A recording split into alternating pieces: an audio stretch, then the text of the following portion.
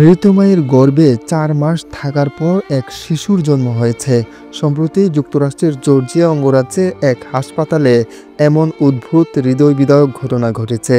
ওই নারীর মৃত্যুর পর তার গর্ভের সন্তান জীবিত ছিল, আর তাই নতুন ছোট্ট প্রাণ বাঁচাতে ভিন্ন পথ বেছে নেন চিকিৎসকরা। ঘটনাটি শুরু হয় এবছরের ফেব্রুয়ারিতে। ৩০ বছর বয়সী অ্যান্ড্রিয়ানা স্মিথ নামের এক কৃষ্ণাঙ্গ নার্স হঠাৎ প্রচণ্ড মাথা ব্যথা নিয়ে হাসপাতালে ভর্তি হয়। চিকিৎসার পর বাড়িতে পাঠিয়ে দেওয়া হয় তাকে। পরদিন সকালে শ্বাসকষ্ট নিয়ে ফের হাসপাতালে নেওয়া হলে ধরা পড়ে মস্তিষ্কে রক্ত জমাট বেঁধেছে এবং তাকে ঘোষণা করা হয় ব্রেন ডেথ, অর্থাৎ মস্তিষ্কের সব কার্যক্রম চিরতরে বন্ধ। তবে পেটে সন্তান তখন জীবিত থাকায় টানা ৪ মাস ধরে যন্ত্রের মাধ্যমে কৃত্রিমভাবে সচল রাখা হয়েছিল ওই নারীর হৃদস্পন্দন ও শ্বাস প্রশ্বাস। এই প্রক্রিয়ায় তার জরায়ু সচল রাখা হয় যাতে গর্ভের সন্তান বৃদ্ধি পেতে পারে। ব্রেন ডেথ মানে শারীরিকভাবে মৃত্যু। সাধারণত তখন লাইফ সাপোর্ট বন্ধ করে মৃতদেহ হস্তান্তর করা হয় পরিবারের কাছে।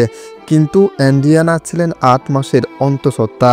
অ্যান্ড্রিয়ানা তার দ্বিতীয় সন্তানের জন্য অপেক্ষায় ছিলেন, কিন্তু তার আগেই চলে যেতে হয় তাকে। অন্যদিকে জর্জিয়ার আইন অনুযায়ী গর্ভস্থ ভ্রূণের হৃদস্পন্দন শুরু হয়ে গেলে সেই গর্ভপাত মায়ের মৃত্যু হলেও ইচ্ছাকৃতভাবে গর্ভের প্রাণ থামানো বেআইনি।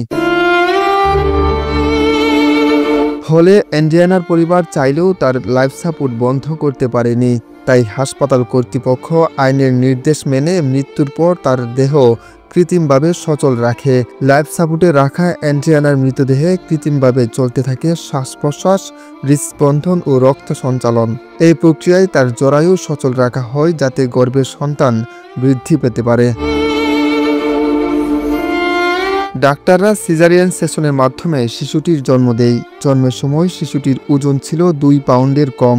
এখন সে একটি নবজাতক নিবিড় পরিচর্যা কেন্দ্রের চিকিৎসাধীন।